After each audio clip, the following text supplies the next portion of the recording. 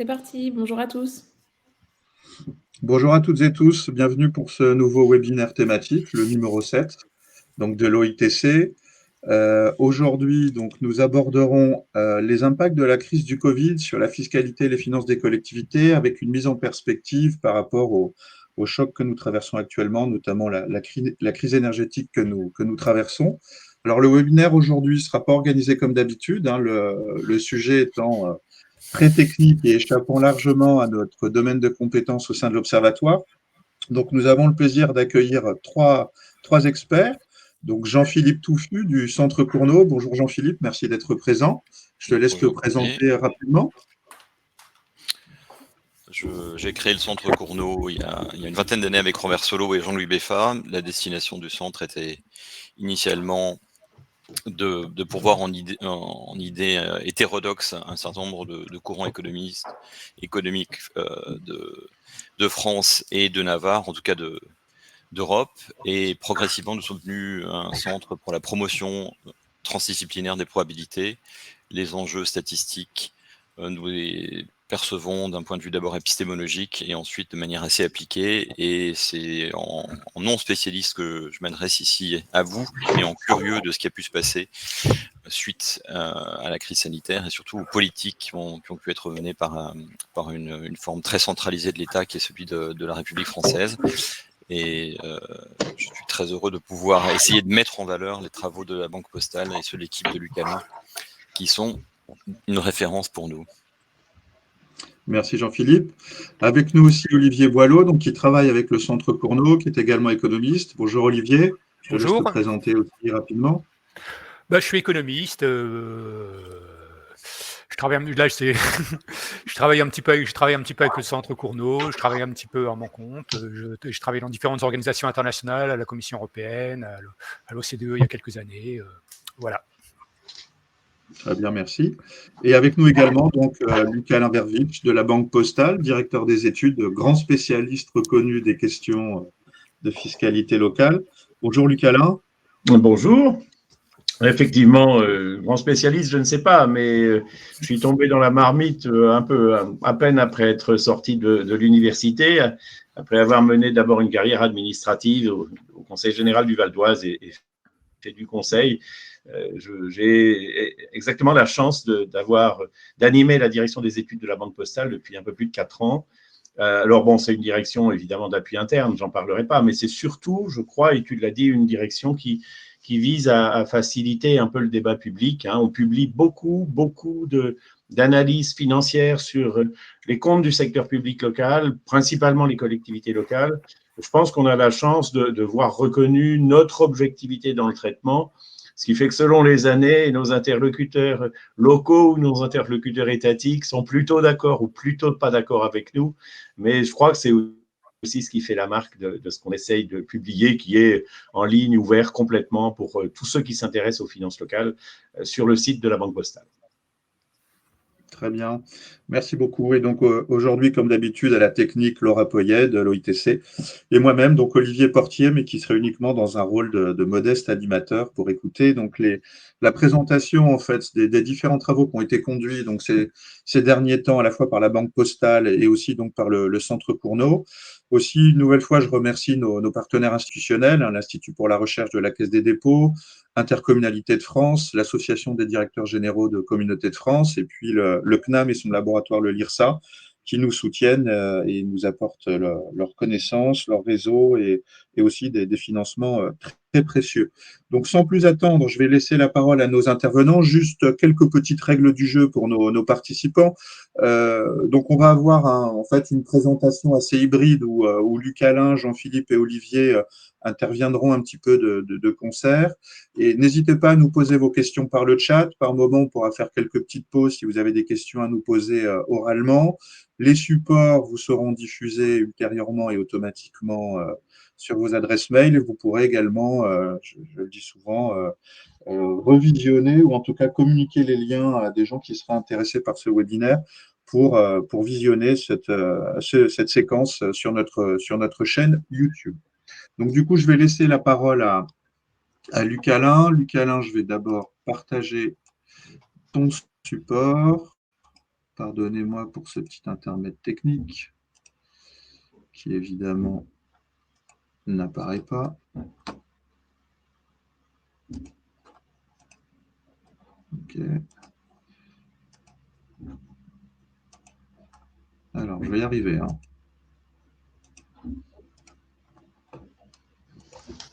Est-ce que vous le voyez? Non. Non.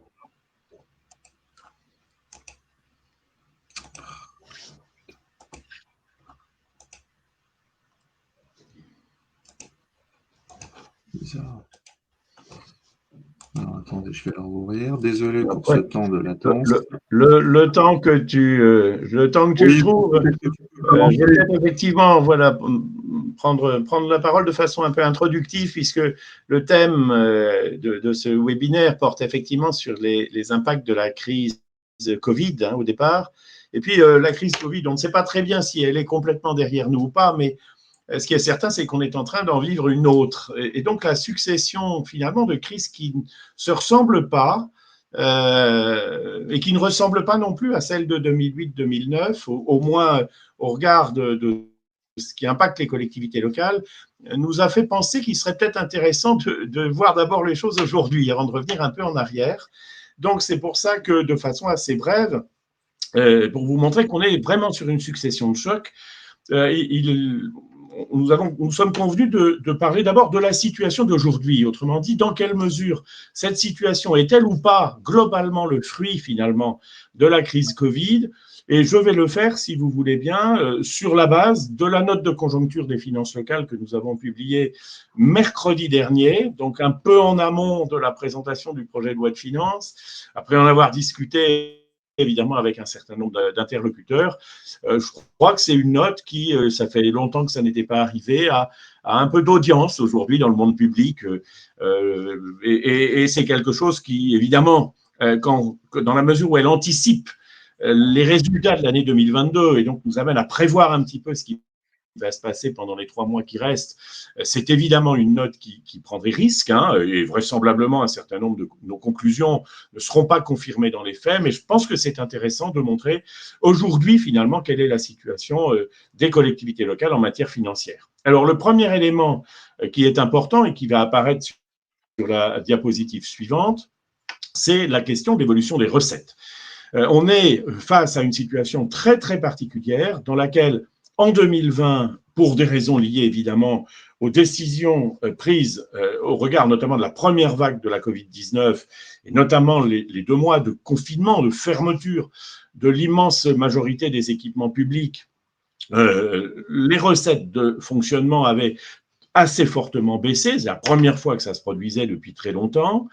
Et 2021 marque en fait un rebond par rapport à cette baisse parce que tout simplement, d'une part, les équipements publics ont rouvert, ils n'ont pas toujours rouvert à un rythme accéléré, ils n'ont pas toujours non plus retrouvé complètement leur fréquentation d'avant, mais c'est quand même un phénomène qui est venu en quelque sorte compenser d'une année sur l'autre les effets immédiats de la Covid. Et puis, il y a un autre phénomène tout à fait marquant qui a été constaté au cours de l'année 2021. Alors, dans quelle mesure c'est lié à la fuite des villes de la part de gens qui en avaient la capacité? Dans quelle mesure c'est lié à l'extension du télétravail? C'est, vous le savez peut-être, la très très forte augmentation de ce qu'on appelle dans notre jargon technique les droits de mutation à titre onéreux, que d'aucuns connaissent plus fréquemment sous le nom de frais de notaire, qui sont les taxes qu'on acquitte quand on achète un bien immobilier ancien.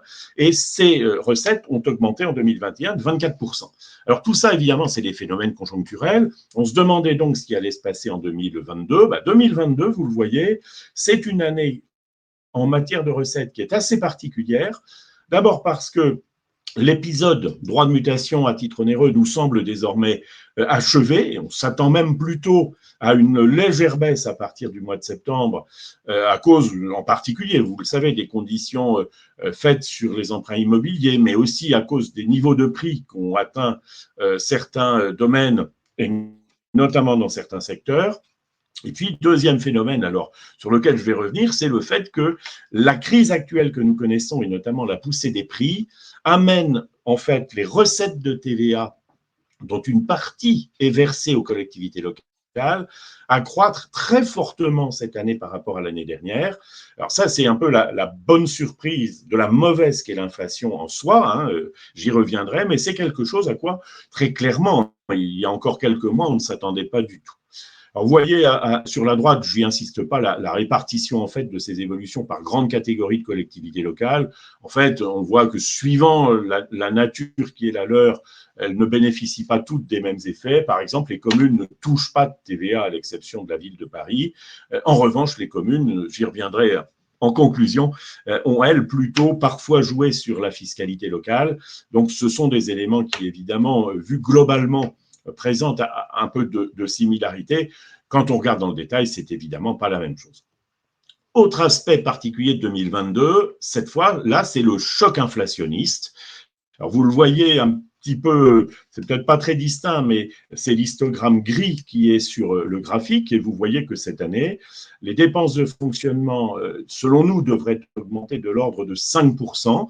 C'est beaucoup plus que pendant toutes les années précédentes, c'est beaucoup plus notamment que pendant la période 2018-2019, où les collectivités locales étaient tenues à une limitation légale de leurs dépenses de fonctionnement. C'est un niveau qu'on n'a pas connu depuis une quinzaine d'années, et encore il y a une quinzaine d'années, c'était principalement pour des raisons un petit peu techniques. Et c'est évidemment un problème lié, et là aussi vous le voyez très clairement au niveau communal notamment, lié à l'inflation. Alors, là aussi, nous en reparlerons un petit peu tout à l'heure pour voir comment finalement on peut réagir à une crise de façon générale, parce qu'après la crise Covid, on regardera brièvement ce qu'implique aujourd'hui la crise des hausses de prix, tout simplement, mais vous voyez, globalement, on a quand même ce qu'on appelle un effet de ciseau, dans lequel les recettes évolue moins vite que les dépenses, ce qui se traduit par un troisième phénomène qui est, en fait, vous allez le voir, la dégradation de l'autofinancement.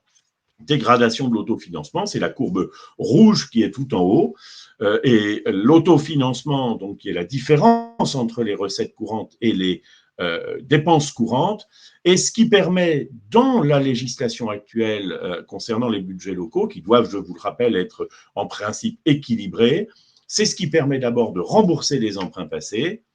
Alors, le remboursement des emprunts passés prend donc une partie assez importante de cet autofinancement. Hein. Vous voyez, c'est la différence entre la courbe pleine et la courbe rouge en pointillé. Et puis, une fois qu'on a payé les emprunts qu'on devait payer, comme tout un chacun vis-à-vis de sa banque, en fait, eh bien, ce qui reste, qu'on appelle parfois l'épargne nette, permet d'investir. Alors, ce qui est intéressant, c'est qu'en dépit de ce phénomène, on a quand même deux éléments assez positifs. Le premier, c'est que l'autofinancement reste supérieur à la situation de 2019, qui était déjà historiquement excellente. Donc, on pourrait, dans un premier temps, se dire, si tout s'arrêtait, si la crise stoppait d'un seul coup, finalement, elle aurait été globalement surmontée. Bien sûr, il peut y avoir des situations individuelles problématiques, mais le monde local pourrait absorber, en fait, les effets de la crise inflationniste.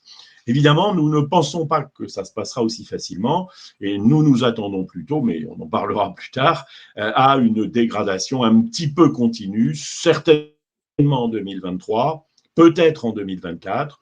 Pour autant, si elle se produit au rythme que vous voyez, ça devrait quand même maintenir les finances locales dans une situation globalement bonne. Alors, je disais que ça permet, l'épargne nette, qui reste donc après avoir remboursé les emprunts passés, permet d'investir. Et ce qui est intéressant, c'est ce que nous voyons sur le graphique suivant, c'est que l'investissement, donc la courbe bleue, le fait que les collectivités locales construisent, rénovent, adaptent des équipements publics et donc s'inscrivent dans ce qui est aujourd'hui une véritable urgence, qui est toute la démarche de transition écologique, de rénovation thermique, notamment des bâtiments, d'adaptation des conditions d'usage, notamment de l'énergie, eh bien, cette courbe d'investissement continue à augmenter, alors qu'on aurait pu penser précisément qu'un contexte resserré de capacité à se financer, des inquiétudes sur les prix, et notamment les prix de l'énergie, aurait amené les collectivités locales à mettre le pied sur le frein. Eh bien, ce n'est pas ce qu'on constate en 2022.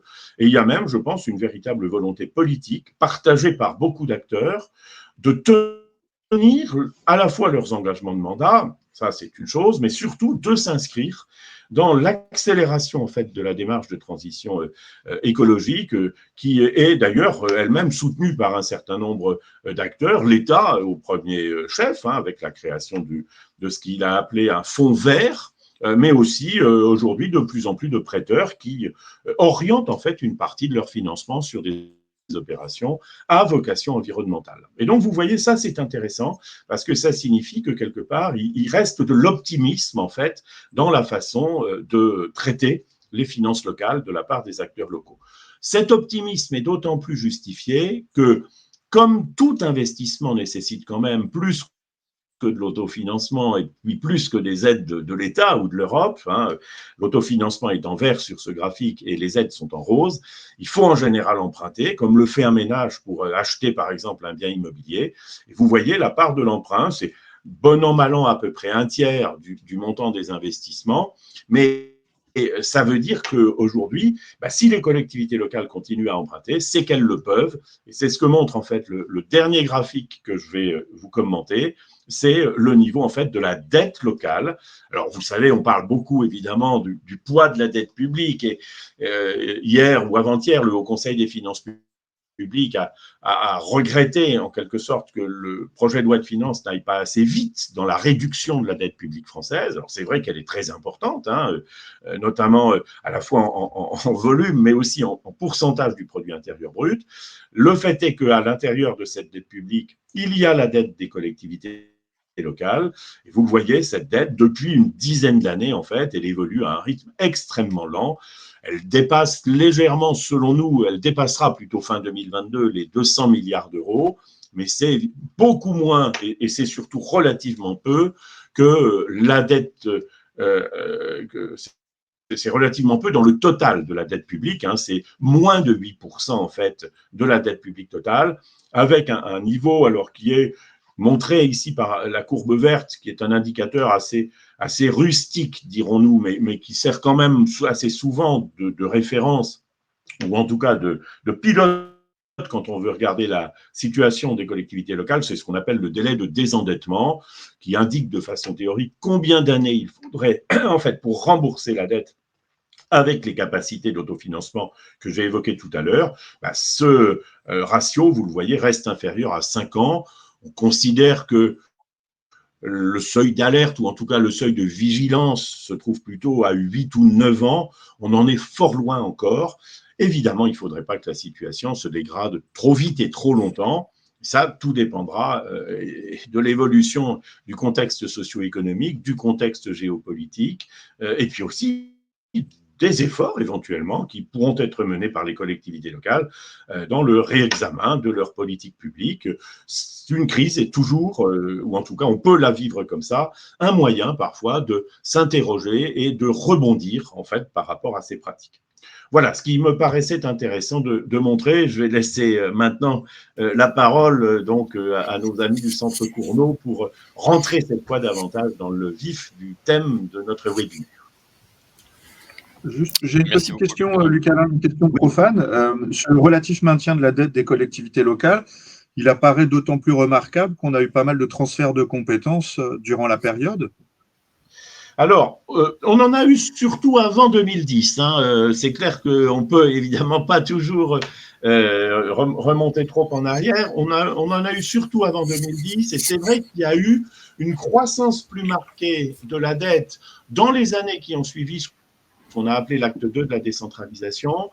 Ça s'est beaucoup tempéré depuis parce qu'en fait, il y a eu, et il faut bien le reconnaître aussi, une réalité qu'on a un petit peu perçue tout à l'heure, c'est que pendant la période 2014-2019, les collectivités locales, en revanche, ont été relativement prudentes sur leur niveau d'investissement.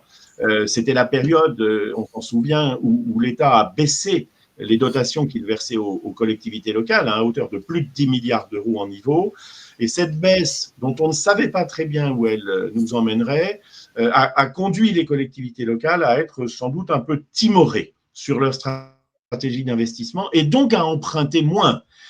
Alors, cette stratégie a abouti à une situation financière qui est, comme je l'ai dit, extrêmement saine, mais il n'en reste pas moins qu'elle s'est aussi traduite par un phénomène de manque en quelque sorte, ou d'insuffisance peut-être, notamment dans la rénovation lourde du patrimoine existant. Peut-être, vous rappelez-vous qu'il y a 2 années ou 2 ans, après l'effondrement du viaduc de Gênes, le Sénat notamment s'est emparé de la question sur la qualité des ouvrages d'art sur le réseau routier. Et puis on voit bien aujourd'hui que, par exemple, sur les bâtiments publics, il y a des efforts notamment d'adaptation, d'amélioration énergétique qui n'ont pas été peut-être menés au rythme où ils auraient pu l'être. Donc c'est aussi ce qui explique cette stabilité. Il y a des éléments un peu circonstanciels. Comme toujours, l'emprunt est un choix de politique locale. Vous avez des collectivités qui considèrent qu'il ne faut pas emprunter. Nous, on pense que dans une logique de bon père ou de bonne mère de famille, comme tu voudras, emprunter pour des équipements longs qui ont vocation à durer et à profiter à la population pendant longtemps, c'est quelque chose qui est tout à fait rationnel si on le fait de façon maîtrisée. On a le sentiment qu'on est aujourd'hui dans cette situation. Merci bien. Jean-Philippe, je te laisse partager ton écran. C'est fait, vous ne voyez rien? Si, c'est bon. D'accord. Merci pour commencer, à toi Olivier P. Merci à Olivier B pour la réalisation des diapositives et des planches que vous allez voir. Donc, merci encore pour cette invitation et cette occasion de présenter un certain nombre de travaux qui s'inscrivent complètement dans l'analyse dont Luc Alain a posé les prémices et au-delà les hypothèses de travail pour les chocs qui ont eu lieu et qui s'annoncent. Une première réserve concerne la façon dont nous allons présenter les cartes. Elles sont essentiellement décrites au niveau des départements, non pas que ce soit forcément l'échelle la plus pertinente, mais c'est souvent celle qui est la plus rapidement disponible, celle des intercommunalités étant encore en cours de traitement et parfois très difficile à présenter lorsqu'il s'agit de montrer l'hexagone dans son intégralité. Très rapidement, le plan de cette présentation. J'espère que mon curseur va aller aussi vite que mes propos. Est-ce que vous voyez s'afficher Parce qu'en fait, j'ai pas accès aux 2 écrans simultanément, donc je vais donc tenter de présenter à la fois l'ampleur et la spatialisation de la crise, étant entendu que nous allons travailler sur les représentations, de ce qui a pu être à l'œuvre comme phénomène à la fois en termes de crise sanitaire et de perception d'éléments macro et microéconomiques. L'avenir dira et les analyses qui sont en cours permettront de trancher quant à la pertinence de ces politiques, mais en tout cas, nous avons un certain nombre de données qui sont maintenant accumulées depuis le début de l'année 2020 et qui nous permettent de tenter de conclure. Donc un retour sur les données de la surmortalité et leur géographie, et puis dans la suite de ce que disait Luc Alain, une tentative d'illustration de l'évolution des recettes, et principalement sous 2 aspects, la fiscalité sans pouvoir de taux et la fiscalité avec pouvoir de taux. À la fin de mon intervention, Luc Alain reviendra nous présenter une forme de théorisation de ce qui peut nous attendre. Alors, un retour sur la chronologie des événements et un point qui me semble très important dans l'analyse de ce qui a pu se passer. Il s'agit là bien sûr de données françaises. On voit à quel point, ça c'est une connaissance commune, la surmortalité a été importante en avril 2020. Alors 2020, c'est la ligne grise sur le graphique. On peut facilement la comparer à 3 années, 2019, 2021 et 2022, ce qui, pour l'instant, est peu pris en compte dans les analyses de conjoncture économique, c'est le très fort impact de la canicule sur la mortalité au mois de juillet 2022. Et on voit qu'en termes de pic de mortalité, le pic de cette surmortalité au mois de juillet, entre, disons, le 4 et le 19, atteint des niveaux qui sont comparables à ceux de la 2e et la 3e vague de la pandémie. C'est quelque chose qu'il faudra prendre en compte dans les analyses postérieures et qui est souvent oblitéré dans les commentaires qu'on retrouve aujourd'hui. Les années 2019 et les années 2020 et 2021 ont été relativement conformes aux tendances générales qui avaient précédé les années de la décennie 10 et même auparavant. Donc, une grande spécificité de la surmortalité, bien sûr, en 2020, mais également une surmortalité tout à fait remarquable à l'été 2022. Alors, Il me semblait important d'illustrer de manière donc géographique ce qui a pu se produire à l'échelle des départements. Comme vous le savez sans doute, la Seine-Saint-Denis, mais aussi la Haute-Savoie ont été particulièrement touchés. Donc l'échelle représente du plus foncé au plus clair les surmortalités. Les 2 départements les plus touchés avec l'Essonne, ce sont donc la Seine-Saint-Denis et la Haute-Savoie. Et on voit que grosso modo, la moitié est a subi des morts de manière générale, mais principalement liées au coronavirus, beaucoup plus marquées que la moitié ouest et en particulier que le littoral atlantique. Donc là, la comparaison est faite entre 2020-2021 par rapport aux 2 années précédentes, 2018 et 2019. Maintenant, et c'est ce à quoi faisait allusion le graphique, on observe ce qui a pu se passer entre le 1er janvier et le 31 août 2019 et le 1er janvier et le 31 août 2022, et on voit que cette fois, c'est le littoral atlantique qui a été beaucoup plus touché, avec 2 départements du sud-ouest, en particulier les Pyrénées-Orientales, et on s'aperçoit que la surmortalité est relativement comparable, de la surmortalité, à ce qui a pu se produire au moment de la pandémie. Donc j'attire votre attention sur le fait qu'on est sur le plan sanitaire au début de l'analyse de ce qui a pu se passer suite à la canicule de l'été 2022. Alors, venons-en à ce qui a fait l'essentiel de la présentation de Luc Alain. Encore une fois, je souscris complètement à son analyse, et en particulier au phénomène d'effet ciseau qui est à l'œuvre, pour vous présenter l'ensemble global des recettes, et en particulier leur stabilité relative de 2012 à 2021. On voit que, sans grande surprise, 2020 marque une baisse, en particulier en ce qui concerne les impôts et les taxes. On voit qu'en revanche, les emprunts sont stabilisés. Donc je ne suis pas certain que mon curseur soit visible et que ma souris le soit autant lorsque je... Si, c'est bon. Si. Donc je m'arrête très peu de temps sur ce premier graphique, puisque c'est surtout les impôts et taxes qui vont nous intéresser. Mais on voit la constance de la progression.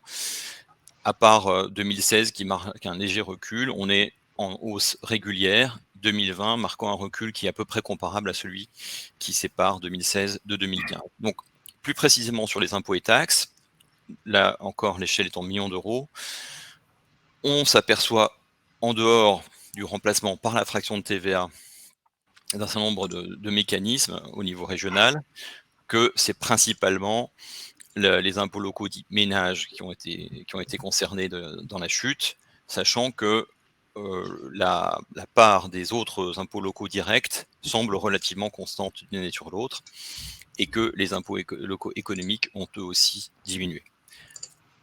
Qu'est-ce que cela donne au niveau des départements ? Encore une fois, mes excuses, je ne présente les résultats qu'au niveau départemental, étant donné la faible disponibilité qui est aujourd'hui en jeu concernant les intercommunalités. Ce dont on peut s'apercevoir ici, donc plus on va vers le rouge, plus on est dans le négatif, plus vers le vert, en particulier le vert foncé, plus les différentiels sont positifs. On a comparé l'ensemble des recettes sur les 7 années qui vont de 2012 à 2019.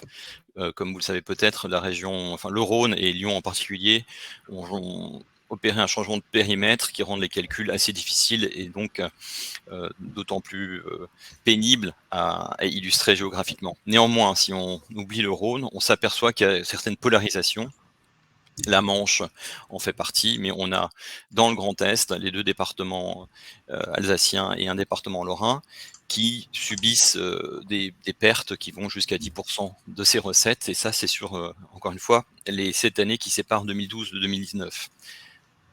Nous voilà maintenant dans ce qui a été donc reçu dans les recettes de 2020 par rapport à 2019, et on s'aperçoit qu'il est difficile de proposer une généralisation géographique, si ce n'est que certains départements s'en sont clairement beaucoup mieux tirés que d'autres. Ce sont ceux qui sont en vert clair, voire en vert foncé, et que la tendance générale est celle d'une hétérogénéité qui va d'une baisse de 10% à une hausse de 15% dans les départements bourguignons et du Nord Rhône-Alpes. Alors, si tu permets, ça c'est un élément tout à fait marquant de l'année 2020, le fait que la Covid, notamment sur les recettes départementales au niveau des fameux frais de notaire, a eu des effets très très différents. On commence à voir très clairement les phénomènes, alors que certains ont appelé sans doute de façon très excessive l'exode urbain, mais le fait qu'à 100 ou 150 km des grandes métropoles, il y a eu des transactions immobilières qui se sont réalisées à un rythme accéléré. Et c'est vrai que si on prend par exemple la Saône-et-Loire, qui est juste au-dessus en fait du département du Rhône, moi, on m'avait très clairement dit à l'époque que au début 2021, il n'y avait quasiment plus rien à acheter parce que tout était parti, y compris ce qui n'était jamais parti depuis 10 ans. Et ça, c'est un phénomène totalement inattendu en 2020. On s'attendait plutôt à un mouvement général de baisse parce que, bon, 3 mois sans transaction, évidemment, ça pèse. Et là, on a des phénomènes imprévisibles, totalement imprévisibles, mais qui ont conduit effectivement à cette disparité que tu montres très bien. Merci Lucas, j'y souscris tout à fait. On a ce même phénomène de disparition de biens qui étaient sur le marché dans les départements bretons, mais qu'on perçoit moins sur cette carte-là. C'est le cas notamment en Finistère où des biens qui étaient effectivement sur le marché depuis 10 à 15 ans ont été achetés en l'espace de quelques semaines. Je passe d'une anecdote à l'autre pour cette fois présenter les résultats des recettes 2021-2020. Et là, on voit cette tendance littorale atlantique très fortement ancrée dans un vert relativement pâle par rapport à celui plus foncé à la fois de la Haute-Savoie, du Var et des Alpes-Maritimes, mais on s'aperçoit qu'il y a ce département un peu étonnant dans le Grand Est, en tout cas relativement à ce qui peut être attendu du marché immobilier, de la Haute-Marne, qui elle aussi a bénéficié d'une augmentation remarquable de ses recettes, étant entendu que de part et d'autre, que ce soit dans les Vosges ou en Côte d'Or, la chute est en revanche remarquable. Lucas, rien de spécial sur non, on observe, tu viens tout à fait de le dire, les effets de retour en arrière d'un certain point de vue, et notamment le fait que certains territoires qui avaient souffert en revanche de la crise en 2020 ont eu un choc de rebond en quelque sorte dans l'autre sens assez fort en 2021. Merci. Alors, venons-en pour quelques instants aux recettes du bloc communal. Il y a un mot de trop, excusez-moi. On s'aperçoit que les tendances sont très variées d'une période à l'autre, puisque les recettes de fonctionnement dans la période 2019-2020, sans surprise, sont en baisse, et donc en orange sur ce graphique, de même que les recettes d'investissement hors emprunt, les emprunts et les recettes totales, les impôts et taxes restant légèrement en augmentation.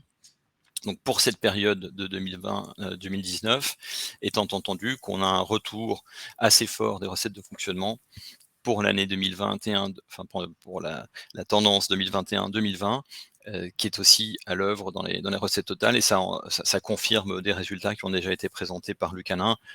Pas de commentaires à ajouter sur ce point? Rien de particulier. Voilà.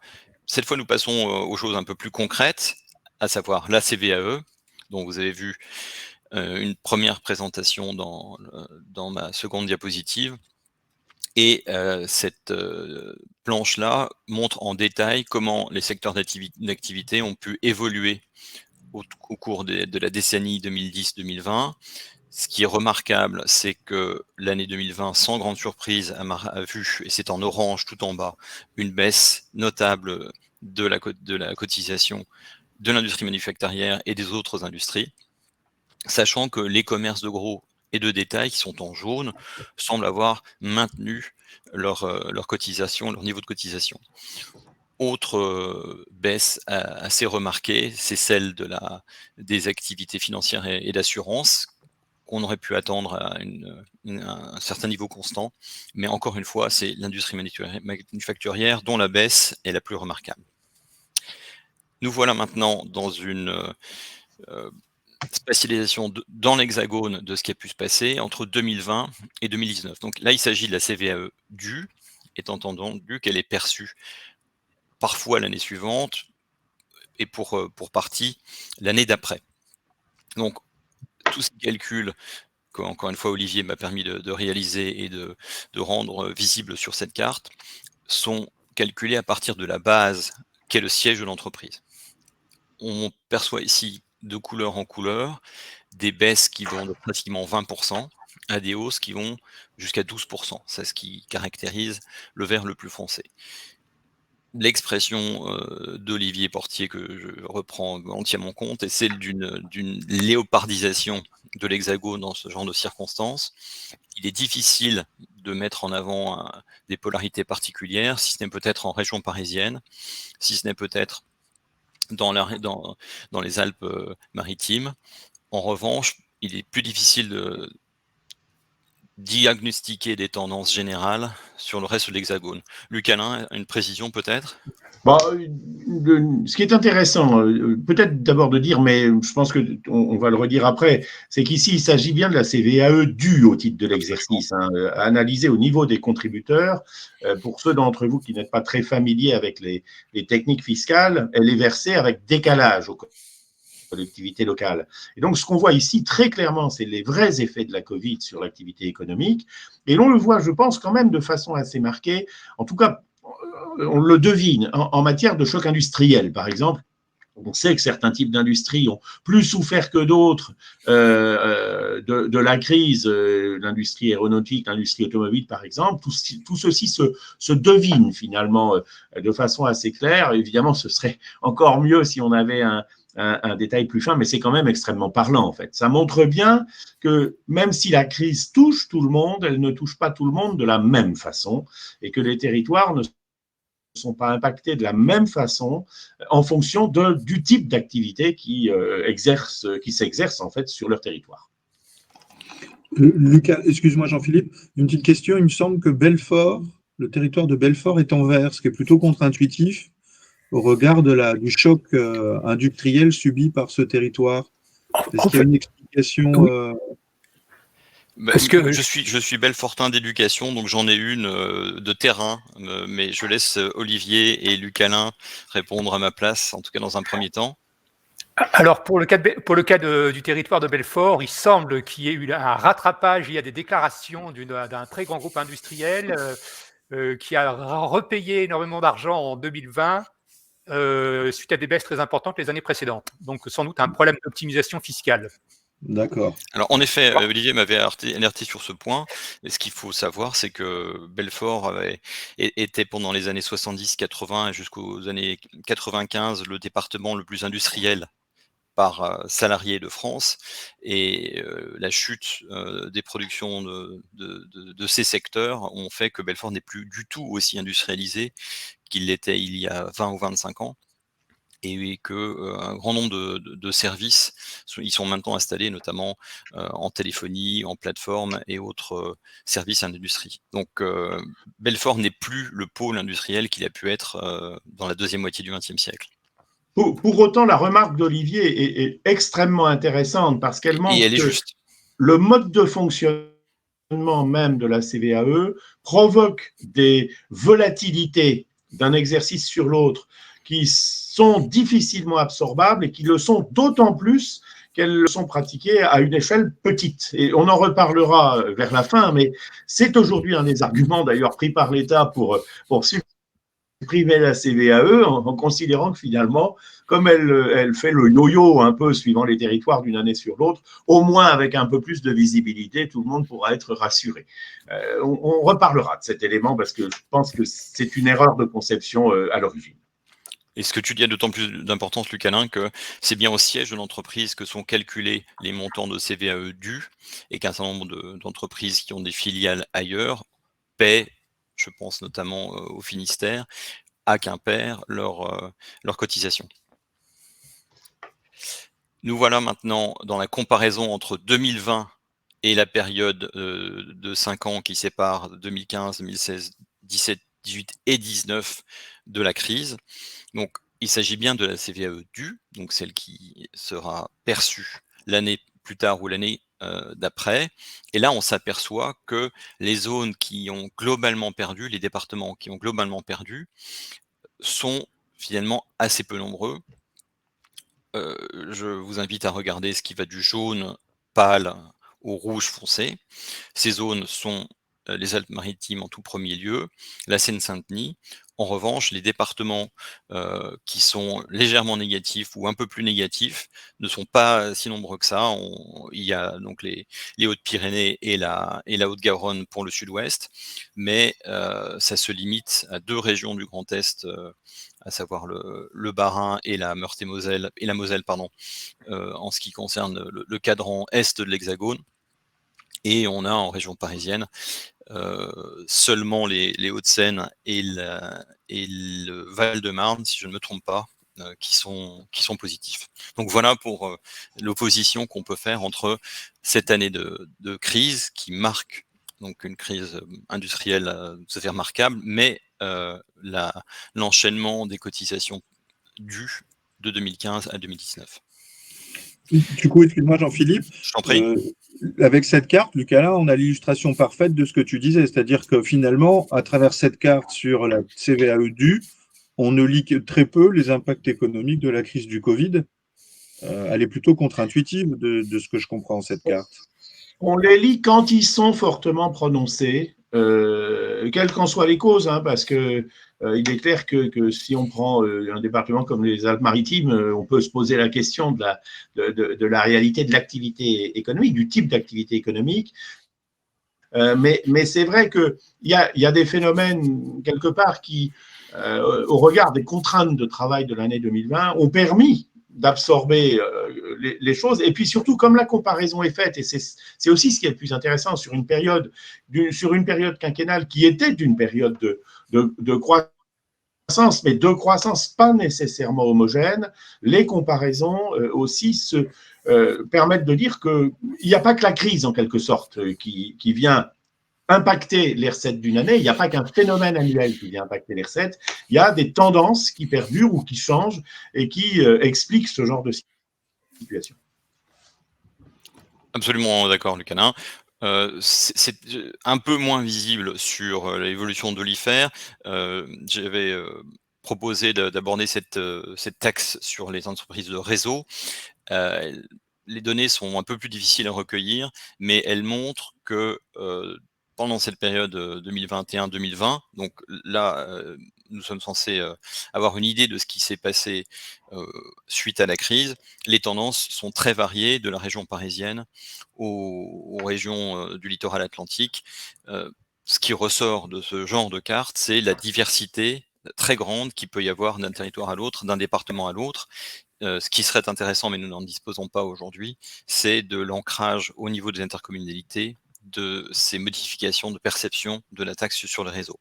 Il m'importait de présenter cette carte néanmoins, puisqu'elle fait partie de ces cartes dont les régions, les départements, en tout cas les collectivités locales ne peuvent modifier les taux.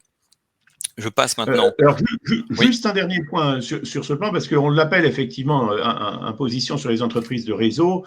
En fait, c'est une imposition qui frappe essentiellement l'implantation des infrastructures. Ça veut dire qu'a priori, quand une antenne de téléphonie mobile a été mise quelque part, elle n'en bouge plus. Et quand une centrale nucléaire ou hydroélectrique existe, elle ne disparaît pas. En fait, il n'y a guère qu'un phénomène qui traduit une utilisation des réseaux eux-mêmes, c'est l'IFER ferroviaire. C'est l'IFER qui frappe en fait l'utilisation du réseau ferroviaire. Alors c'est peut-être ce qui explique en partie, il faudrait le vérifier, quelques-unes des évolutions qu'on voit, notamment parce que par exemple, l'usage des transports en commun ferroviaires aura été moins important qu'il n'en avait l'habitude. C'est vrai que c'est plutôt un impôt qui marque là la dynamique des implantations, là où on va couvrir des zones blanches, là où on va construire éventuellement ou installer des dispositifs d'énergie renouvelable, où on a une croissance un petit peu plus forte qu'ailleurs. C'est vrai que c'est un impôt qui, sur ce plan, a un grand avantage. C'est un impôt de stock essentiellement. On en reparlera aussi, et ça, c'est une sécurité pour les collectivités locales.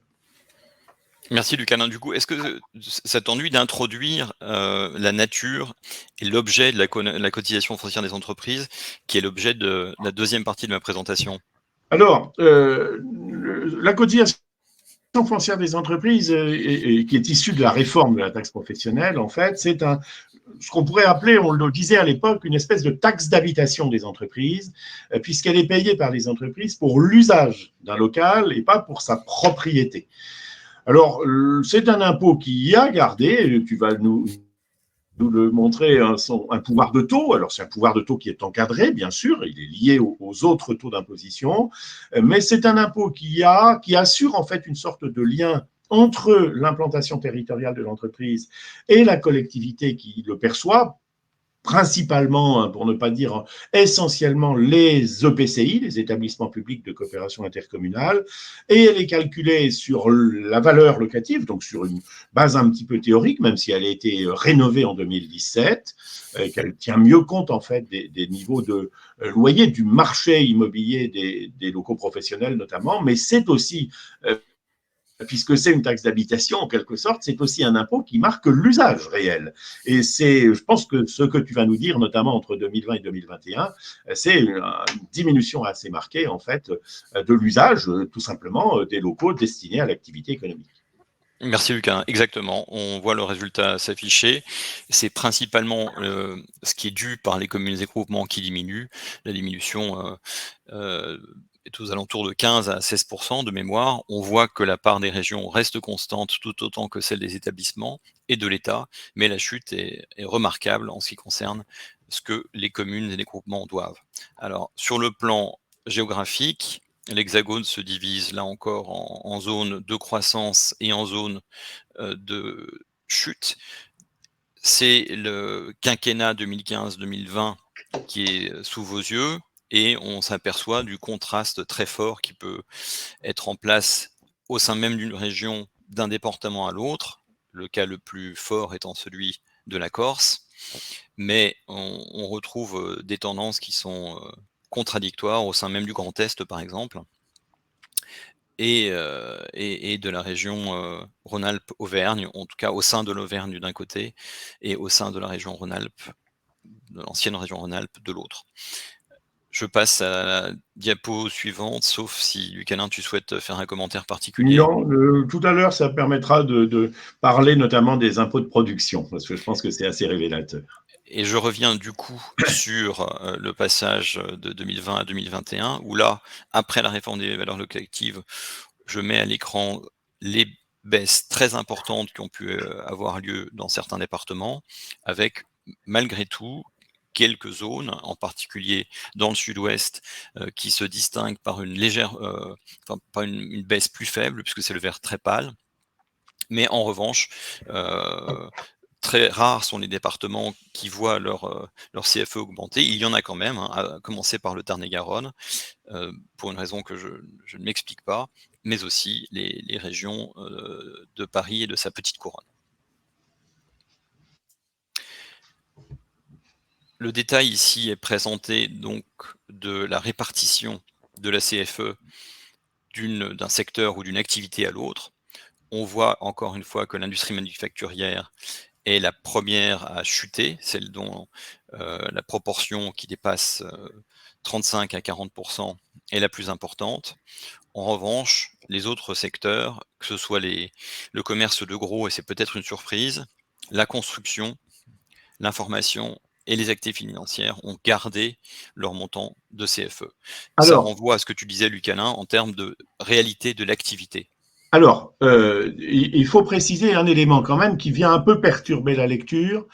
Il y a une réalité de l'activité, il y a surtout un élément particulier qui explique la chute de la CFE sur les locaux industriels, c'est la première étape de la diminution des impôts de production par l'État qui a abouti à réduire de moitié la valeur locative des établissements industriels et donc en fait à faire perdre aux collectivités locales une partie de la fiscalité qu'elles percevaient à ce titre.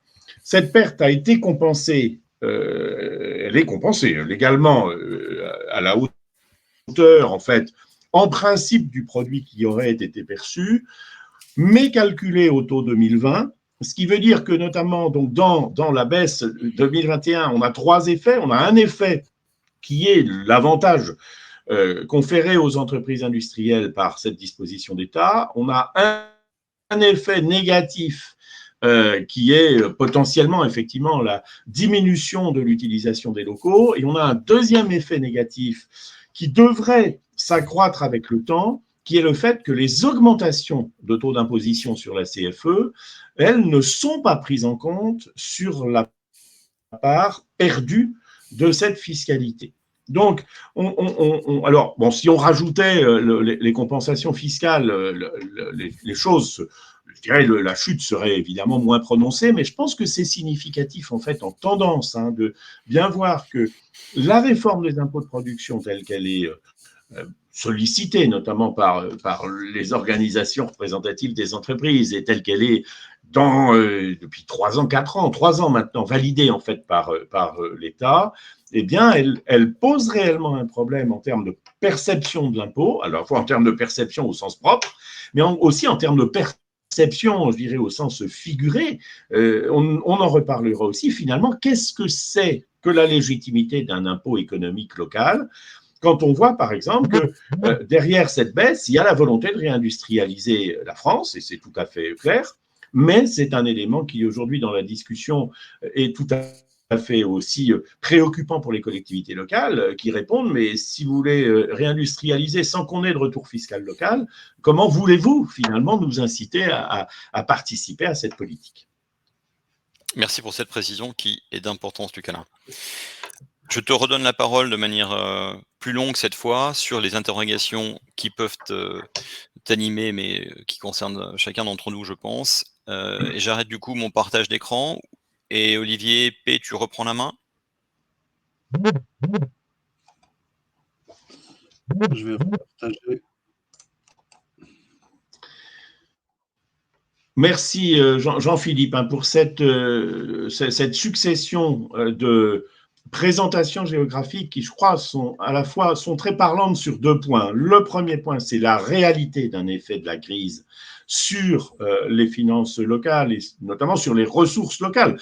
On n'a pas parlé des dépenses. On sait que, par exemple, évidemment, la Covid a impacté les catégories de dépenses des collectivités locales en les amenant, par exemple, à faire davantage en matière de sécurité sanitaire ou bien en matière de développement économique. Ça a été notamment toutes les politiques régionales qui ont été développées en 2020-2021, mais il y a quand même, c'est très clair dans tout ce que tu as montré, un véritable effet local de la crise qui a touché tout le monde en l'occurrence.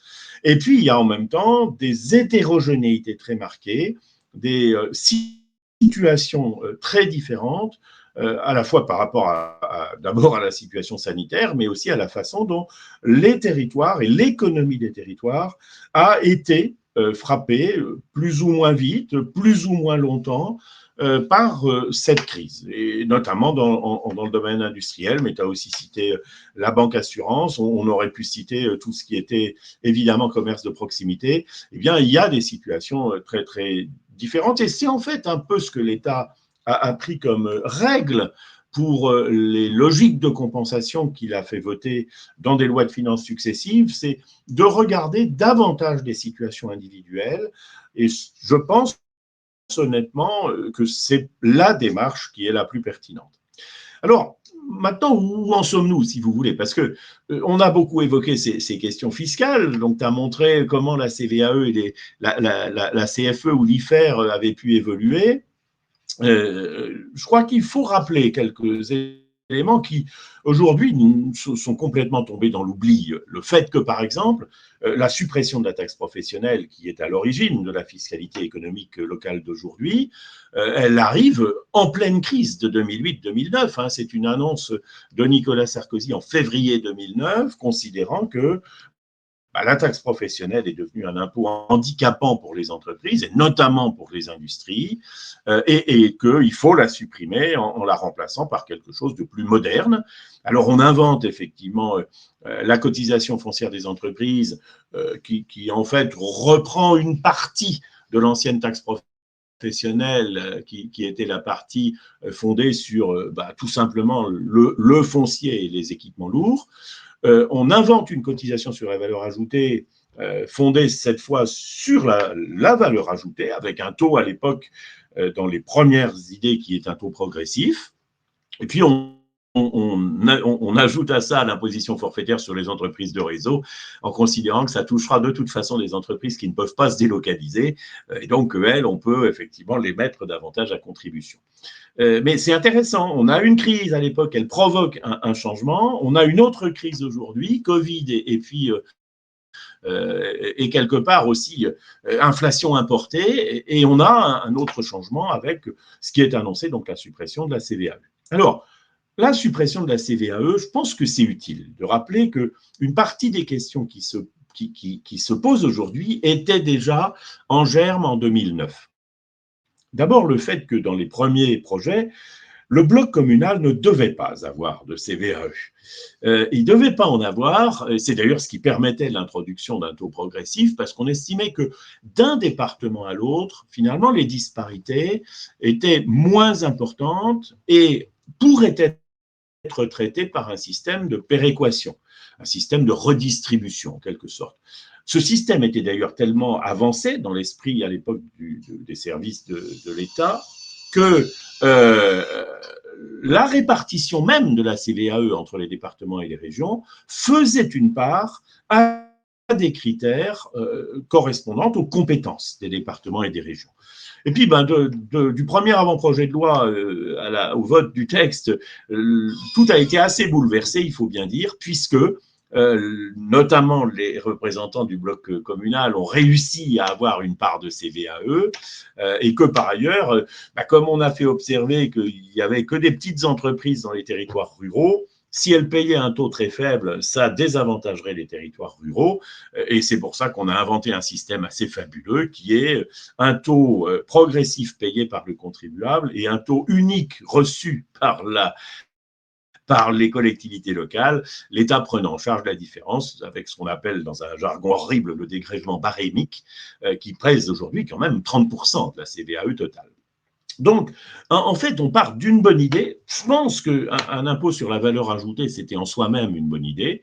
Et puis, par force de discussion, de pression complètement légitime, on arrive à quelque chose qui, finalement, a ses propres fragilités. Et les fragilités, on les voit aujourd'hui, la volatilité d'une année sur l'autre dans des intercommunalités, par exemple, relativement dépendantes de quelques industries ou de quelques entreprises, les difficultés de la répartition, notamment entre les territoires où sont implantés les établissements.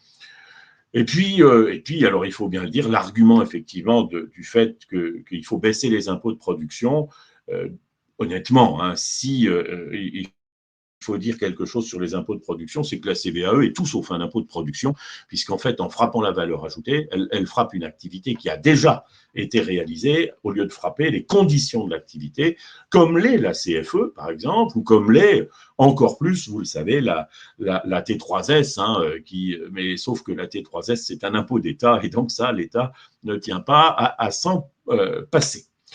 Voilà, donc premier élément, je pense que c'est effectivement ces interrogations sur la pertinence du bon impôt économique local, en sachant que par ailleurs, lorsqu'on interroge les entreprises sur un territoire donné, et notamment lorsque son intercommunalité mène des politiques de développement économique qui sont visibles, lorsque l'ensemble du territoire mène des politiques qui intéressent les entreprises, et nous avions fait à la direction des études en 2017 une étude avec l'ESSEC sur les relations des entreprises avec leur territoire, on voyait bien en fait qu'il y avait évidemment des revendications, qualifications, accessibilité, présence de services collectifs, publics ou privés, mais que les entreprises considéraient comme légitimes en fait. Un impôt économique local, il ne faudrait pas qu'à force de ne concentrer les efforts que sur la CFE, et compte tenu des difficultés qu'on a aujourd'hui, par exemple sur la révision des valeurs locatives, notamment des locaux professionnels, qui aboutit dans certains cas à des phénomènes très, très problématiques, puisque, par exemple, ça reviendrait à augmenter les impôts des commerces en centre-ville et à diminuer ceux des grandes surfaces en périphérie, ce qui ne va pas du tout dans le sens de ce qu'on souhaite, on fragilise la cotisation foncière des entreprises elles-mêmes au point de faire disparaître peut-être toute fiscalité économique. Les autres interrogations qu'on a, si on continue dans ce sens, c'est les 3 diapos qui vont suivre. Olivier, si tu veux bien nous faire passer la suivante. C'est est-ce que la crise qu'on connaît aujourd'hui est comparable en fait à celle de la Covid? Est-ce que du coup les réactions et le traitement sont de même nature? Alors d'abord, non, elle n'est pas comparable. Elle n'est pas comparable parce que c'est un contexte. D'abord, alors je ne dirais pas que la Covid était attendue, mais la Covid est d'abord une crise sanitaire à laquelle les collectivités locales ont réagi face à une vague complètement inattendue, mais avec les moyens qui sont classiquement les leurs, notamment une très grande force d'adaptation par rapport aux besoins de leur public. C'est ce qu'on a vu en matière par exemple, d'achat de masques dès le départ, c'est ce qu'on a vu en matière de modernisation des installations publiques, en matière d'adaptation des ouvertures des équipements publics. Et donc ça, c'est quelque chose avec quoi les collectivités locales savent réagir. Le problème de la crise inflationniste, c'est qu'en revanche, ça, on a complètement oublié que ça pouvait exister. Je vous rappelle, la grande période d'inflation des 2 chocs pétroliers, elle s'est atténuée assez vite à partir du début des années 80 pour un certain nombre de raisons. Mais ça veut dire que la quasi-totalité des acteurs locaux qui en fait sont arrivés après la décentralisation, n'avaient jamais eu en fait une situation comme celle-là. Donc ça, c'est d'autant plus difficile qu'on a le sentiment que ça ne va pas s'effacer tout de suite.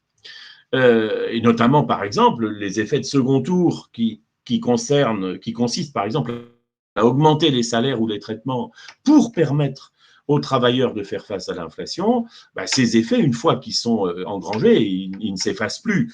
On n'imagine pas, par exemple, que si les prix baissaient demain, l'indice de la fonction publique pourrait baisser lui aussi.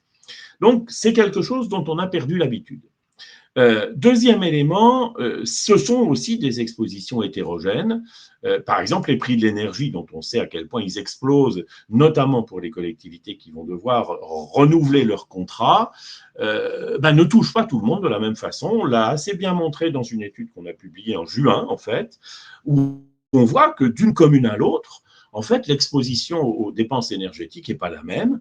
Dans une toute petite commune où vous n'avez à la limite qu'une petite mairie et un petit peu d'éclairage public, ça coûte plus cher, mais ça coûte proportionnellement plus cher sur des dépenses moindres, alors que dans des territoires urbains, et notamment c'est l'observation de Lucas, elle est tout à fait, elle est objectivement assez fondée. C'est vrai que les communes qui ont des équipements de centralité, alors ça peut être aussi des centres-bourgs, il ne faut pas l'oublier, la dépense énergétique est structurellement plus importante. Et puis il y a d'autres phénomènes qui sont des phénomènes tout simplement topographiques ou climatiques qui font que on chauffe moins une école dans les Pyrénées-Orientales, sauf peut-être sur les flancs du Mont Canigou, qu'on ne la chauffe, par exemple, dans les massifs alpins ou pyrénéens. Ou bien éventuellement aussi dans le Grand Est, pour des raisons qui sont des raisons météorologiques. Le troisième élément, c'est ce que j'appelle des capacités d'adaptation mal réparties, parce que finalement, supporter la hausse des dépenses, et notamment des dépenses de fonctionnement, il faut pouvoir le faire. Je le rappelle que les budgets doivent être équilibrés. Or, peuvent le faire des collectivités qui ont, au cours des années précédentes, constituer des réserves financières. On a aujourd'hui un niveau de trésorerie des collectivités locales qui est extrêmement important. Constituer des réserves financières, mais en général dans d'autres buts que celui de faire face à l'inflation, plutôt dans le but de faire des dépenses d'investissement. Ce qui veut dire qu'en fait, aujourd'hui, une bonne partie de la trésorerie est dans les plus petites communes, et ce sont les plus grandes communes qui auraient besoin qu'on les aide. Donc, la difficulté ici pour l'État, c'est finalement d'arriver à trouver le bon curseur pour des dispositifs de compensation s'il le souhaite. C'est un peu ce qu'il a essayé de faire avec la loi de finances rectificative. Le système n'est pas parfait, je pense qu'il va être un petit peu adapté, mais c'est clair qu'il y a des situations qui vont être des situations problématiques. Et si globalement la situation fin 2021 était plutôt satisfaisante, ça cache, quand on regarde les choses en global, des réalités locales qui sont parfois assez différentes. Alors, élément illustratif, si vous voulez, pour confirmer un petit peu ce que je viens de dire. D'abord, c'est l'inflation, concrètement, c'est quoi pour les collectivités locales ? Vous allez voir les courbes d'indice de prix sur 5 grands secteurs. et notamment vous avez les deux sur la droite qui s'échappent vers le haut, c'est les produits, l'énergie, le gaz, l'électricité, et puis ce sont les carburants. Donc vous voyez sur les 7 premiers mois de l'année 2022 par rapport à 2021, on est sur des progressions de 40-50%. Ce sont des progressions indiciaires, ça veut dire que dans certaines collectivités, ça va bien au-delà, ça double, ça triple en fonction des types de contrats. Puis vous avez aussi le phénomène, alors plus bas, des trois autres courbes, le bâtiment, les travaux publics et l'alimentaire, mais on voit bien quand même depuis quelques mois une tendance à l'accélération.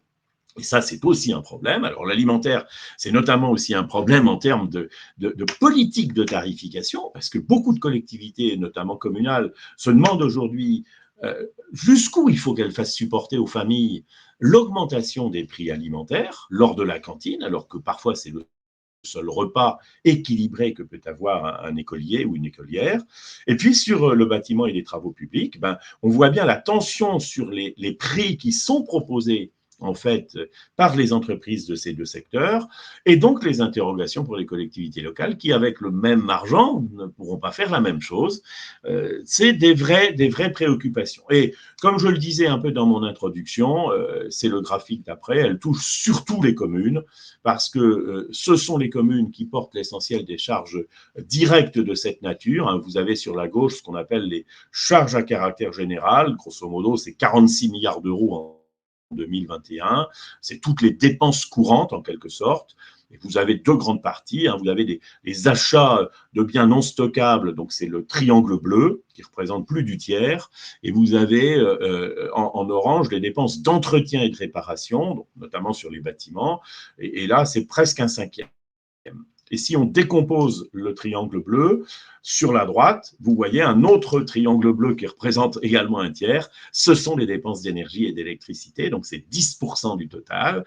C'est à peu près 5 milliards d'euros, sans compter en fait les dépenses payées par les collèges, par les lycées, par les bâtiments, les équipements sociaux et médico-sociaux, sans parler des dépenses payées par les opérateurs, par exemple de mobilité, avec les réseaux ferroviaires électrifiés, et sans parler du carburant, par exemple, de la collecte des déchets ménagers, ce qui fait qu'il va aussi y avoir des effets en 2023 quand tous ces opérateurs viendront en fait présenter la facture à leurs financeurs, en quelque sorte. Et on voit bien que c'est un vrai problème aujourd'hui pour les communes. Ça sera un problème plus marqué demain pour les EPCI, les départements et les régions. Et c'est vrai que par rapport à l'observation qu'a faite notamment M. Attal au comité des finances locales, suivant laquelle, en théorie, toutes les petites communes sont protégées par le bouclier énergétique, puisqu'elles sont encore théoriquement au tarif réglementé. La réalité locale oblige à dire qu'il y a beaucoup de petites communes qui ne sont plus au tarif réglementé parce que pour des raisons organisationnelles ou sous l'impulsion d'un groupement d'achat ou éventuellement d'une structure collective d'organisation de l'alimentation en électricité, les choix ont été faits d'avoir des contrats classiques et évidemment dans ces cas-là, les effets de la crise énergétique se reportent sur les prix de ces contrats. Donc voilà, caractéristique de la crise, c'est son caractère, je le répète, oublié dans les mémoires des financiers locaux, et puis c'est son caractère sans doute plus permanent dans les traces qu'il va laisser. Aujourd'hui, qu'il y ait une 8e vague ou pas de la Covid-19, on peut considérer que quand elle sera finie. Mais là, clairement, il y a des éléments qui vont rester. Je le répète, ne serait-ce que l'augmentation du point d'indice ou l'augmentation des coûts des entreprises, parce que quelque part, ce qui a été engrangé, notamment en termes d'évolution salariale, sera durable. Troisième élément peut-être d'interrogation pour l'avenir, en revenant cette fois sur la fiscalité, et sur ce point, vous avez vu tout à l'heure à quel point finalement en fonction de la nature des impôts, CVAE, WIFER sans pouvoir de taux, et puis CFE avec un pouvoir de taux encadré, mais qui commence à jouer un petit peu. En fait, on est en train de reconstruire totalement le nouveau panier fiscal des collectivités locales. Et donc, je vais vous le montrer. Et on peut se demander si c'est un risque ou une chance. Alors, Sur le plan financier, comme je vous l'ai dit en 2022, c'est clairement une chance, parce que avoir une partie de la TVA nationale, c'est bénéficier en fait des effets inflationnistes sur les prix et donc sur les achats. Maintenant, c'est une chance en 2022. Est-ce que ça sera une chance plus tard d'avoir un impôt aussi important, indexé finalement ou dépendant de la conjoncture économique, alors que, vous le savez, les collectivités locales, elles gèrent du service public de façon continue, et donc elles ont besoin, dans le temps, d'une vraie stabilité. C'est une interrogation. Et par exemple, pour les départements aujourd'hui, le fait d'avoir de la TVA, c'est une chance. Et le fait d'avoir des droits de mutation à titre onéreux, c'est un risque, parce que là, et clairement, ça dépend aussi du contexte économique. Je note la question, Lucas, j'y reviendrai. Est-ce que c'est un risque ou une chance sur le plan budgétaire? C'est clairement en partie un risque parce que ça limite quand même la prévisibilité.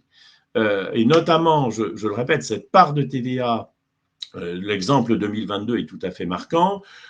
Quand on a lu le projet de loi de finances de l'année dernière, tout le monde a dit ça augmentera de 5%.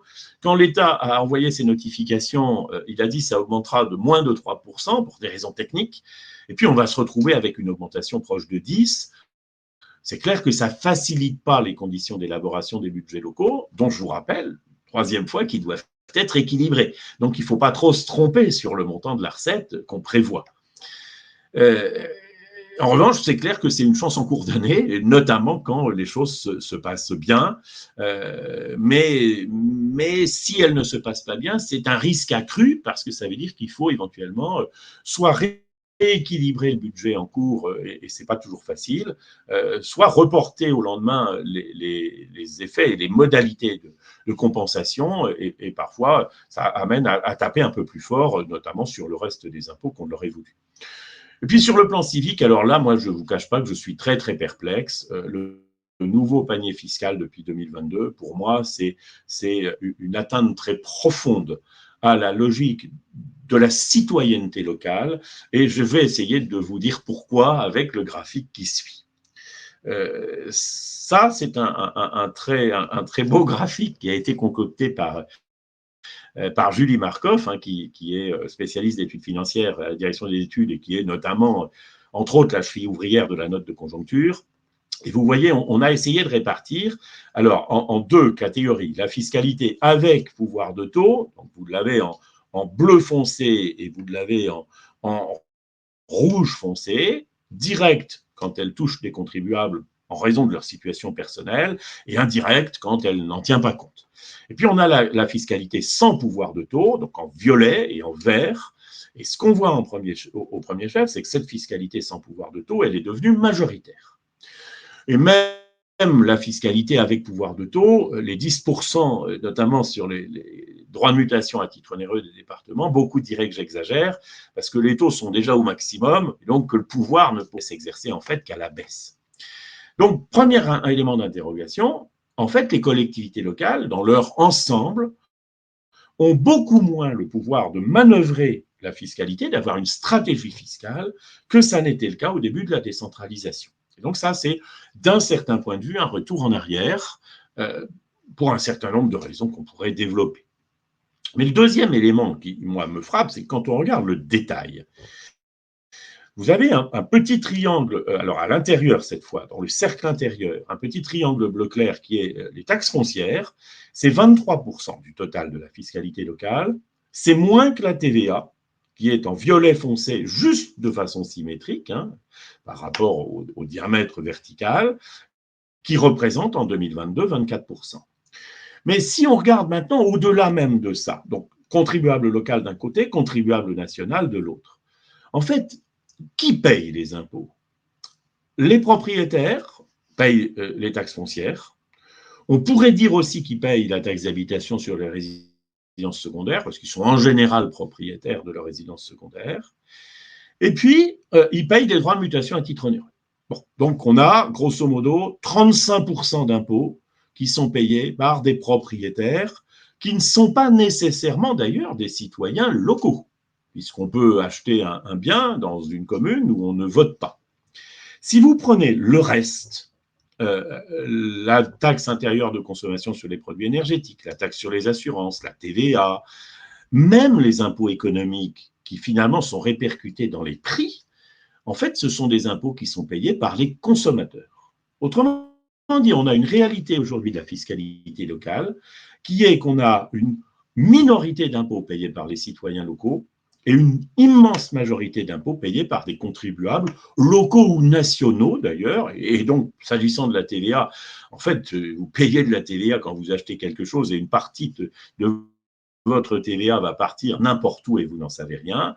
Et ça, je pense que c'est véritablement un énorme écueil parce qu'on est en train, depuis notamment la suppression de la taxe d'habitation, de détruire le lien civique qui, passant par l'impôt, existe entre l'habitant, l'électeur et sa collectivité locale. Et je crains que ceci ne soit de nature à fragiliser en fait la logique même de définition des politiques publiques et des exigences de services publics. Et puis il y a une crainte complémentaire, et ce sera mon dernier propos en point d'interrogation, c'est le fait que si le foncier bâti est aujourd'hui ou presque le seul impôt sur lequel les communes, principalement les EPCI marginalement, peuvent agir, Olivier, c'est la dernière diapo, on peut se demander quel usage va être fait de cet impôt sur le foncier bâti. Alors, pour l'instant, c'est un usage modéré. Sur la carte de gauche, vous avez la stratégie fiscale des EPCI sur les 2 dernières années. Et même si les couleurs sont un peu pastel, en fait, ce qui ressort, c'est les teintes oranges. C'est que la majeure partie des EPCI n'ont pas modifié la pression fiscale chez eux. En revanche, vous en avez un certain nombre qui ont soit institué un taux de foncier bâti, soit augmenté leur taux de foncier bâti. Alors, ça reste pas très important en volume, c'est un petit peu plus d'1 milliard d'euros, mais mine de rien, et ça aura quand même augmenté de 30% en l'espace de 2 ans en masse nationale. Et puis, sur les communes, vous voyez, on avait beaucoup parlé d'une explosion du foncier bâti. Le foncier bâti augmente en 2022 parce que les bases augmentent, et elles augmentent parce que la loi a prévu qu'elles augmentent tous les ans en fonction de l'inflation de l'année précédente, un peu plus de 3% l'année dernière.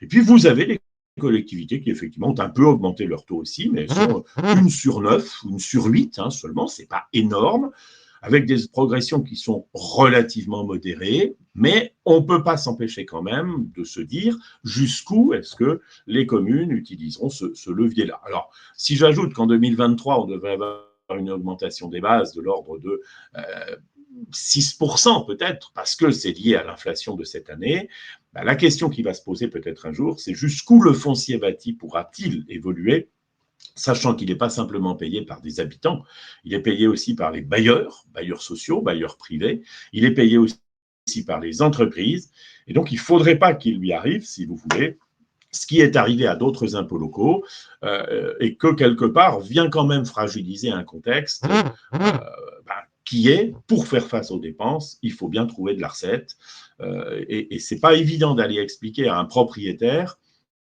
qu'on va lui demander des impôts supplémentaires pour couvrir le coût de services publics dont éventuellement il ne profite pas, notamment s'il n'est pas habitant lui-même dans la commune. Donc, des interrogations, je crois, assez importantes. Et puis, on peut rajouter effectivement la question que Lucas nous pose, qui est la question de la disparition d'un lien entre les entreprises et les territoires.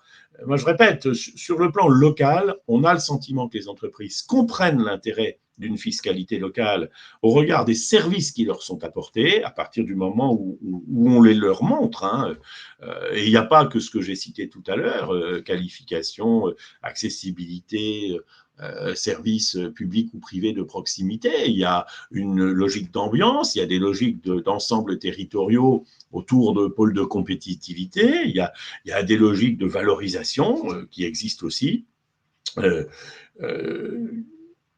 Après, c'est clair qu'à l'échelle notamment d'une économie européenne ou mondialisée, il y a des situations dans lesquelles le lien entreprise-territoire est plutôt un peu artificiel. Hein. On ne s'implante pas nécessairement dans un territoire parce qu'il offre beaucoup de choses. On s'y implante parce que historiquement, on était près d'une rivière et qu'il fallait apporter du minerai. Enfin, je ne veux pas refaire l'histoire.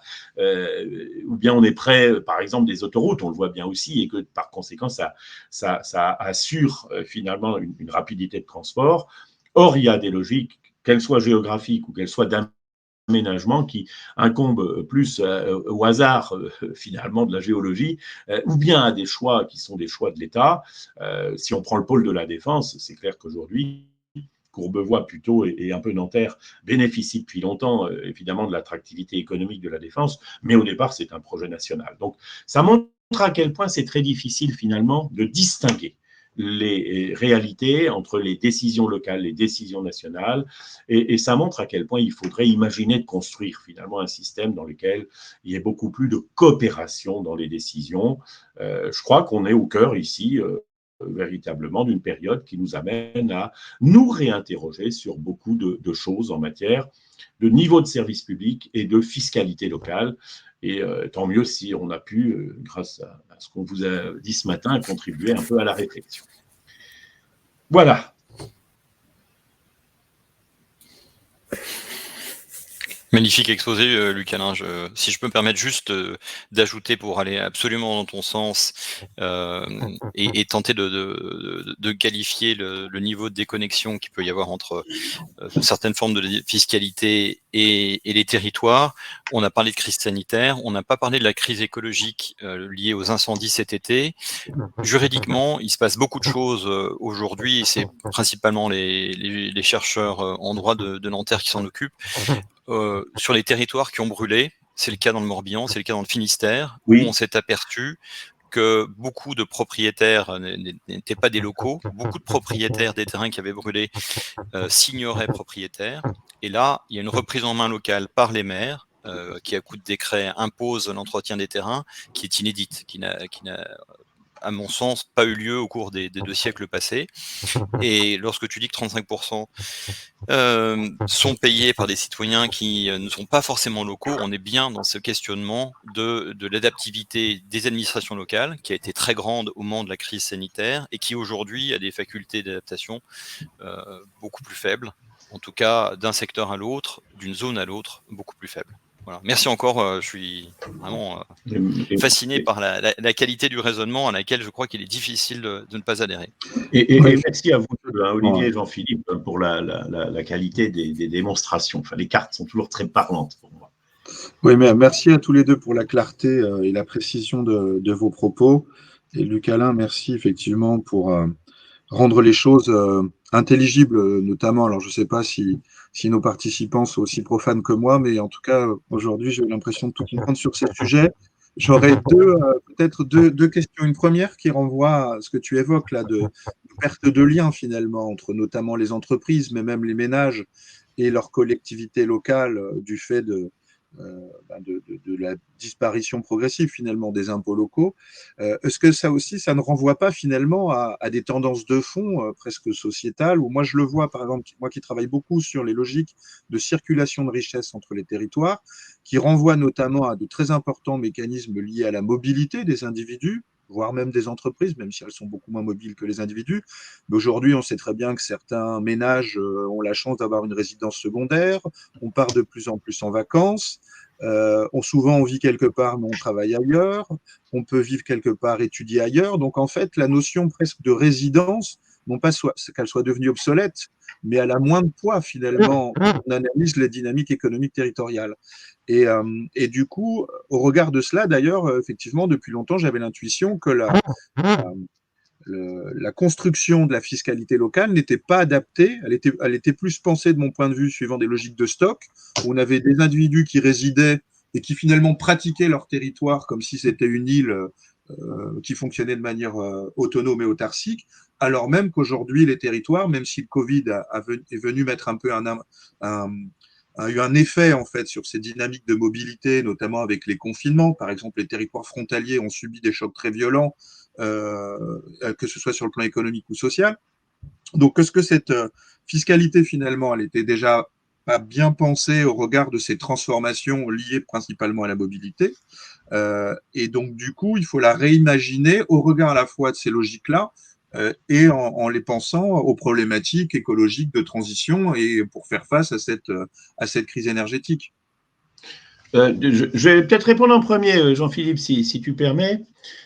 Bon, c'est tout à fait vrai que la question de la taxation de la mobilité, si on peut l'appeler comme ça, est lancée maintenant depuis une dizaine ou une quinzaine d'années. Hein. Elle a été observée au niveau mondial. On le sait bien d'ailleurs avec effectivement le problème des impôts sur certaines très grandes entreprises multinationales. Et elle l'est de toute façon aussi compte tenu des changements dans les habitudes, dans les pratiques ou dans les comportements.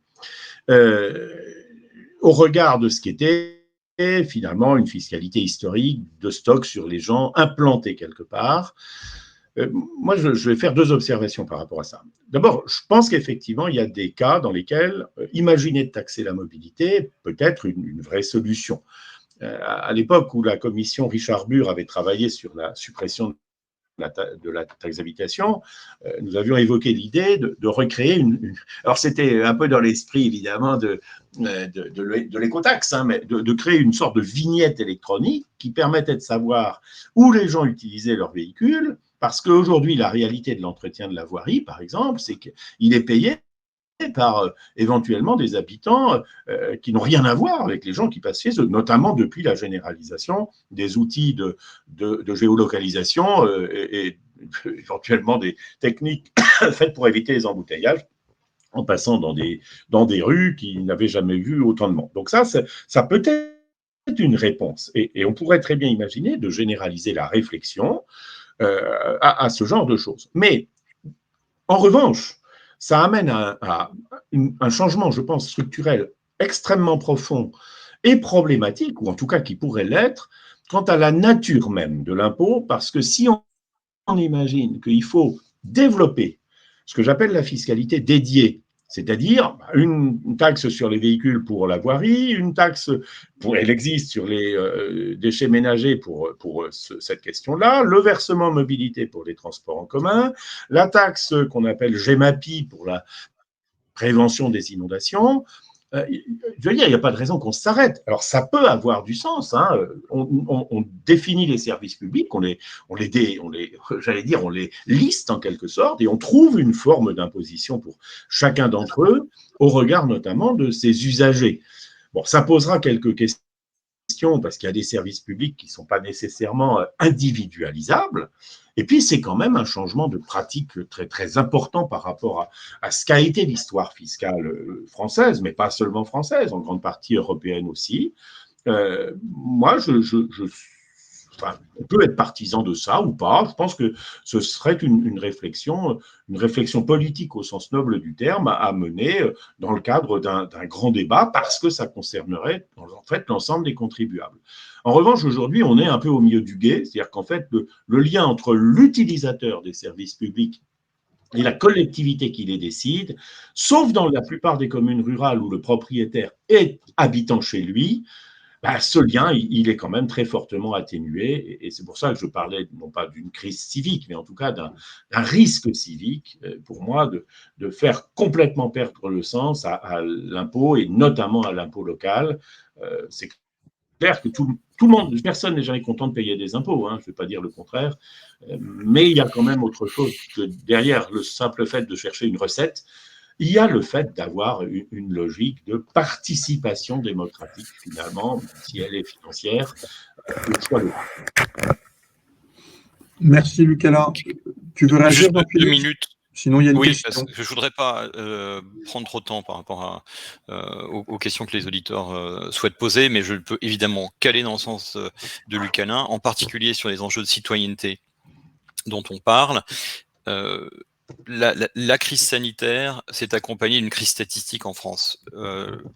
L'Espagne, l'Italie dans une moindre mesure, mais la Suisse et l'Allemagne ont su très vite quel était le taux d'infection de leur population. Quand je dis très vite, c'est que dès la fin du mois de mai, dans certains cas dès la mi-mai, les appareils statistiques des différents Länder en Allemagne ou des différentes régions espagnoles, des différents cantons, savaient, grâce à des enquêtes d'échantillonnage aléatoire, quels étaient les taux de population qui avaient été atteints par le virus. En France, des tentatives ont eu lieu, locales, elles ont été étouffées ou interdites, on peut le dire de manière assez claire, et nous n'avons jamais vraiment su, avant que les débuts de la vaccination ne prennent forme, quel était le taux d'infection de la population.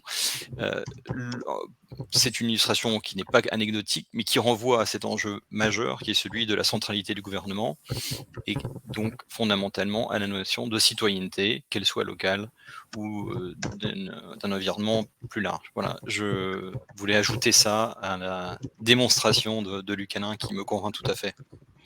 Merci Jean-Philippe. Je vais prendre une question de Robert Boyer. Luc Alain, Jean-Philippe, donc quels sont les outils favorisant la réindustrialisation au niveau départemental et quels sont les risques d'une révolte des citoyens contre la fiscalité locale? Donc sur les outils, alors au niveau départemental, ils sont maigres maintenant, si je ne dis pas de bêtises, Luc Alain, puisque les départements n'ont plus la compétence économique, c'est plus trop là que ça se joue. Ils l'ont tellement plus que lorsque certains départements ont voulu intervenir pendant la crise Covid, les préfets leur ont assez sèchement rappelé qu'ils sortaient de leur domaine. Donc certains s'en sont tirés en passant par la compétence solidarité des territoires. Mais c'est clair qu'il n'y a plus vraiment effectivement de logique. Alors là encore, tout dépend de ce qu'on veut. On peut considérer qu'il y a des cas dans lesquels les départements valorisent leur image et parviennent par ce biais-là à intervenir en fait dans des choix d'implantation. Mais en termes d'organisation, clairement aujourd'hui, si un département veut concourir à la réindustrialisation, il peut le faire par l'intermédiaire de sa compétence voirie. Bon, c'est pas complètement absurde. Quand j'ai travaillé dans le Val d'Oise, le département avait financé lui-même pris la maîtrise d'ouvrage de la partie nord de la Francilienne pour relier Cergy à Roissy. Donc, c'était effectivement un choix qui avait une logique économique. Et il peut le faire par ailleurs sur d'autres systèmes qui sont effectivement des systèmes d'abord d'aide aux territoires intercommunaux qui ont, eux, une compétence économique. On sait que les départements restent aujourd'hui des subventionneurs extrêmement importants. Sur je ne sais pas si Jean-Philippe, tu voudras compléter, sur le second point, la révolte des citoyens, très honnêtement, le citoyen local, il n'a plus de raison de se révolter, il ne paye plus d'impôts. Je caricature à l'excès. Le propriétaire, lui, en revanche, pourrait parfaitement se révolter, je ne sais pas. En tout cas, mener des actions de conviction par l'intermédiaire des organisations représentatives, que ce soit pour les organisations de bailleurs sociaux, que ce soit les organisations de propriétaires immobiliers, que ce soit évidemment aussi les organisations patronales, si on considère à un moment donné que l'impôt foncier devient excessif. Et c'est vrai qu'aujourd'hui, alors, ce qui est intéressant, c'est que la presse est parfois un petit peu en retard des réalités. On parle encore de l'augmentation de 2022 en disant c'est quand même beaucoup. Personne n'a encore, mais je pense que ça ne va pas tarder à venir, parler de l'augmentation des bases de l'année prochaine, qui va être vraisemblablement sensiblement supérieure. Jusqu'où peut-on aller ? Quand par ailleurs, d'abord les bailleurs sociaux et les bailleurs privés aussi sont contraints par un certain nombre de règles sur la fixation des loyers. Ça, c'est une vraie interrogation. Avec peut-être un élément à rajouter, c'est qu'au niveau de la taxe foncière, pour les entreprises, pour les entreprises industrielles, il y a eu aussi une baisse de la valeur locative qui a été assez importante pour les communes industrielles. Donc, sur l'industrie, entre 2020 et 2021, il y a une baisse de 1 milliard de la taxe foncière qui a concerné le secteur des entreprises industrielles. C'est tout à fait exact. On peut dire que ça allège un peu leur situation. Sachant que c'est aussi là les endroits où il doit y avoir le plus d'investissement en termes d'infrastructures pour l'accueil de nouvelles industries. Donc le choix, l'arbitrage entre faut-il faire des investissements consacrés à une industrie sur lequel il n'y aura pas de retour ou faire des investissements autre chose sur lequel on fera plus plaisir aux contributeurs. Alors, l'une des réponses à ça est dans le projet de loi de finances, puisque ce qu'il envisage, c'est de répartir la croissance de la dynamique économique entre les territoires en fonction d'indicateurs révélateur justement de leur développement économique, pour éviter de figer les situations. Ça veut dire qu'on supprime la CVAE, mais on la remplacerait par une part de TVA dont une partie augmentant chaque année serait répartie en fonction du dynamisme des territoires. La difficulté, c'est que c'est sans doute très beau dans son principe, mais c'est compliqué dans sa mise en œuvre.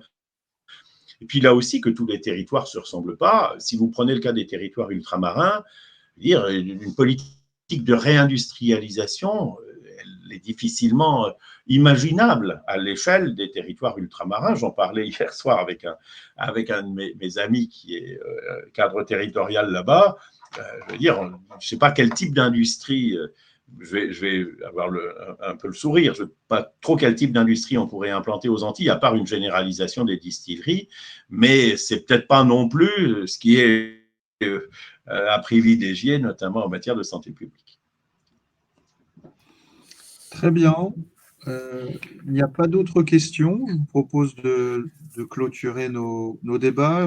Jean-Philippe, tu veux peut-être... Non, je pense que Lucanin a conclu lui-même. Il n'est pas possible de donner la parole à l'auditoire. Ah, si, je crois.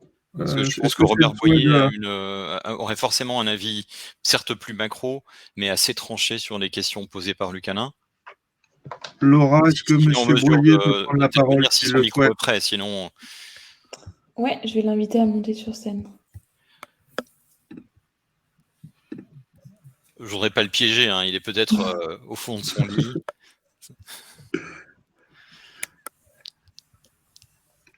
Est-ce qu'il est là?